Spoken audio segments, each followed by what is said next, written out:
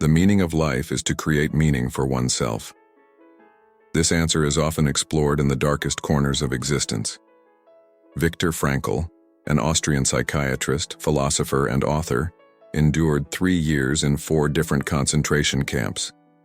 In those environments, he faced the brutality of SS guards and the prisoners known as capos, individuals willing to collaborate with the Nazi regime and sometimes even more ruthless than their masters. In the horrific concentration camps, prisoners often endure starvation, disease, and forced labor, especially the risk of punishment or execution. They lose their freedom and autonomy, becoming like sheep herded together, unable to defend themselves, only knowing to receive blows and beatings from their captors, losing all sense of human dignity. So, with such dire conditions, is there any reason for them not to give up on life? Viktor Frankl concluded that even in the worst conditions, there is always a reason to live. Suffering is never meaningless. If we can grasp its meaning, a bright star in the sky, we can overcome any challenge, no matter how painful. According to Frankl, pleasure, success, or power are not the primary motivators for humans. What's important is to find something, a purpose, a meaning, to live for, and even die for.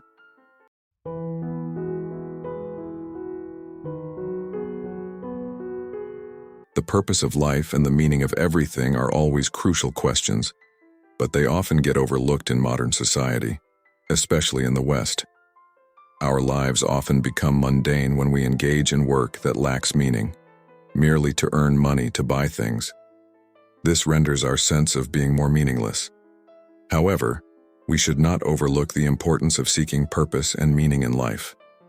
By asking profound questions about the purpose and meaning of life, we can find new directions, ones that bring genuine meaning and happiness. In an era of globalization and increasing homogenization, we often feel a loss of meaning and purpose in life. When we're just a part of a community or a tribe, when we engage in religious activities or participate in national defense, we often lose the depth and meaning of life. Everything becomes monotonous and meaningless, leading us to optimistically seek happiness in futile consumption and lose focus on truly feeling the deep-seated dissatisfaction that hinders our true existence. Before we have a chance to understand fully, the sense of emptiness often spreads and pushes us into a state of questioning. What is the purpose of life? Why should we continue?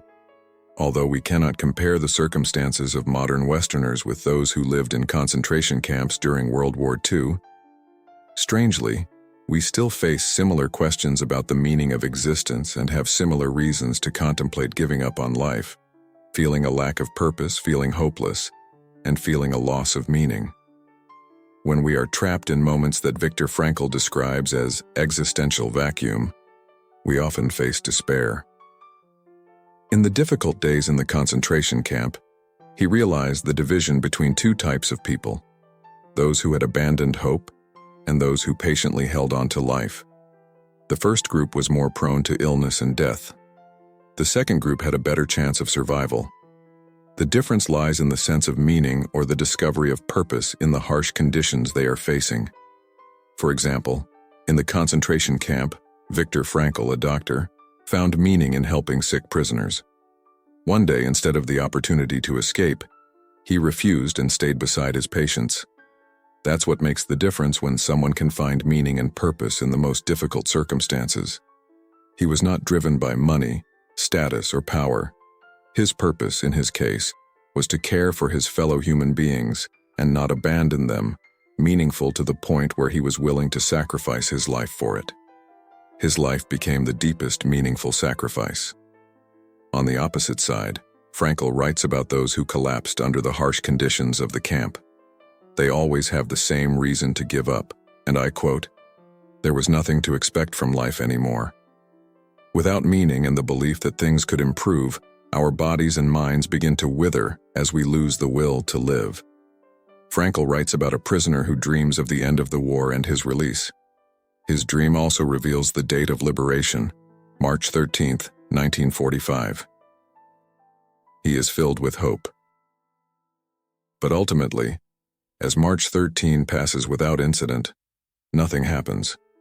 Because the prisoner's prophecy is so naive and he has no purpose in the context of captivity, he becomes disillusioned, suddenly falls ill, and dies of typhus shortly thereafter. But looking at the horrific and hopeless situation some people are facing, is it fair to expect them to find meaning? Aren't some situations simply overwhelming to the point where they strip away a person's ability to choose? When the war ends, Frankl reflects on the value of human freedom and the horror of the concentration camps.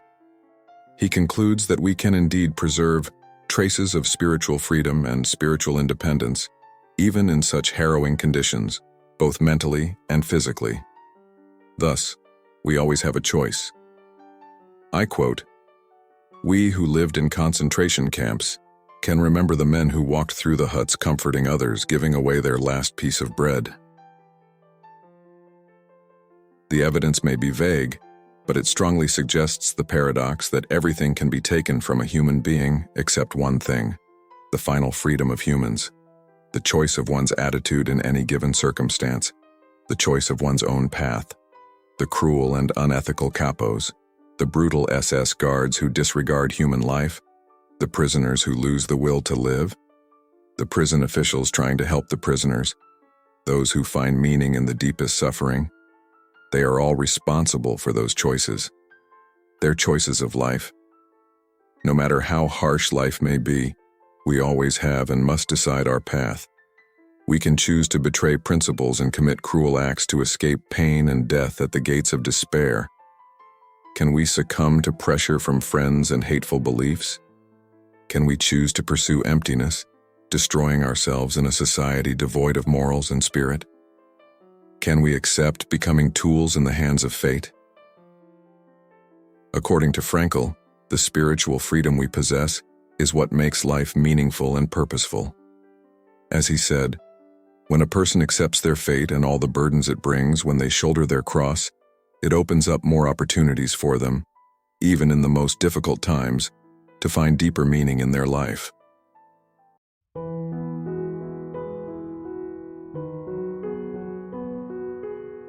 Imagine every morning you have to get out of bed without any meaningful long-term goals. You wake up just because you have to go to work and engage in activities you don't enjoy, only to earn money and face a meaningless existence along with hobbies that don't provide any meaningful relief. You can blame the past, circumstances, and loved ones for not bringing anything good into your life. However, what's important is that you still have the ability to overcome any difficulties and find meaning in life, no matter what the external circumstances are. And the important question is, how? Before exploring the how, understanding the why of meaning is essential. In today's age, when money, status, power, and pleasures become more important, seeking a meaningful life becomes more important than ever. However, according to Frankl, these efforts are only the first steps in a more mysterious journey, an effort to resist what is dark and shapeless. They are the result of a lack of meaning, but in that darkness, there are traces of something more distant, a presence that cannot be described in ordinary words.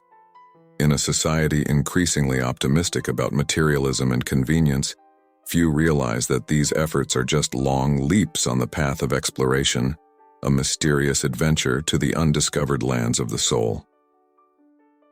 A more direct and profound approach to healing the pain of meaninglessness we experience is to begin pursuing happiness.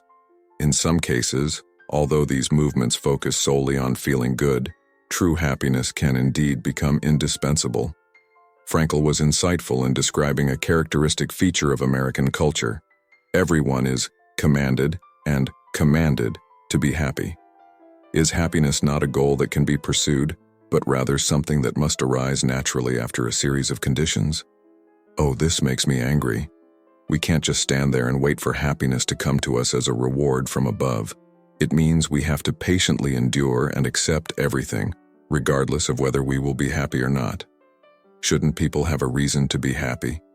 This sounds too complicated. Perhaps, according to Frankl, people need to find their own reasons for happiness. But once they know the reason, can they automatically become happy? This makes me angry with its disorder and vagueness. We keep chasing happiness, but sometimes it becomes something luxurious and hard to attain. What's even worse is when we feel loss, discontentment because we can't achieve that happiness. Indeed, happiness sometimes becomes something extravagant and not worth it for many people. Sometimes it's just a shadow, an unattainable goal, and that makes life feel emptier than ever. And like happiness, success is also fragile and ephemeral, not a goal that we can achieve simply by pursuing it. In fact, success often comes later, as a result of our relentless dedication to a higher goal. And sometimes it doesn't bring the satisfaction we expected. It's strange how the more we chase happiness and success, the more elusive and hard to attain they become. Sometimes being too focused on them only makes us lose the ability to focus on our goals, and as a result we become less likely to achieve success.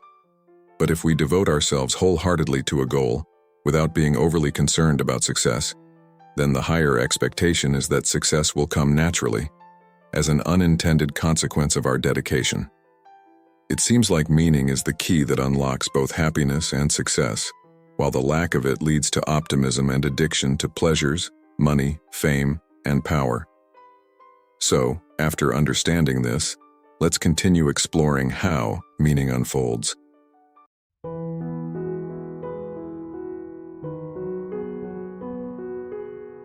According to Frankl, the meaning of life is not a static concept but depends on the individual, the time, and the specific circumstances.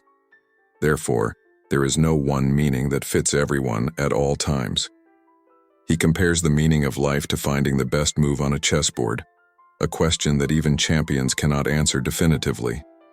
As Frankl compared, finding the meaning of life is like finding the best move in a game of chess. It entirely depends on the situation and the specific opponent. We cannot invent meaning for our existence, but we can discover it, but only when we actively engage with the world around us or respond to the needs of the world. According to Frankl, the meaning of life is inherent in every situation, and we can explore it through three methods: by creating a work or performing an action, by experiencing something or meeting someone, and by the attitude with which we face challenges and suffering in life. Why do we always have to seek recognition and acknowledgement through accomplishments and achievements? Why does everything have to be measured and evaluated based on what we have achieved? Creativity and passion cannot be shaped by external evaluations and recognition from others. We should not rely on praise or achievements to feel valuable.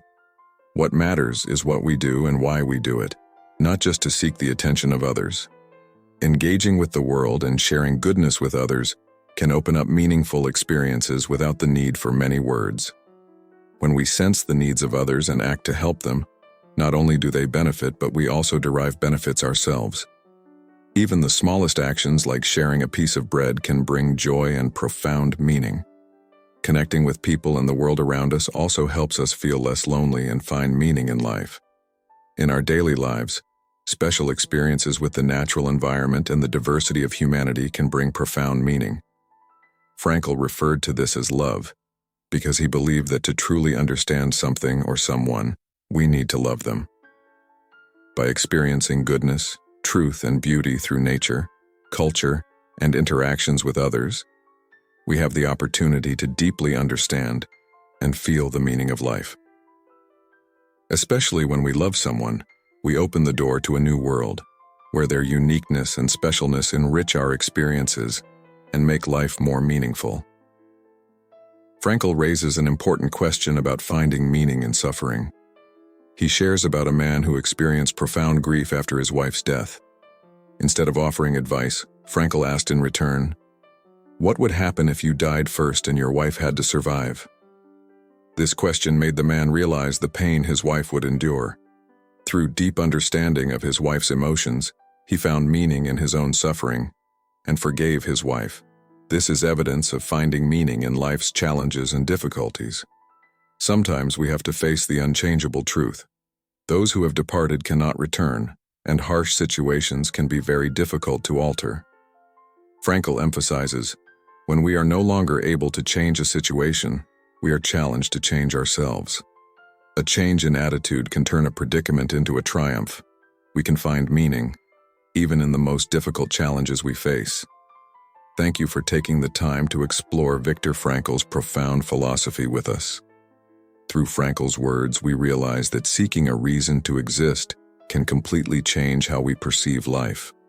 Whether facing challenges or joys, having a life purpose is paramount. Remember, no matter where you are in your journey, there is always meaning and a goal to innovate and grow. Please continue to support our channel by subscribing and following to not miss the latest videos on philosophy and personal development. Thank you and see you in the next videos.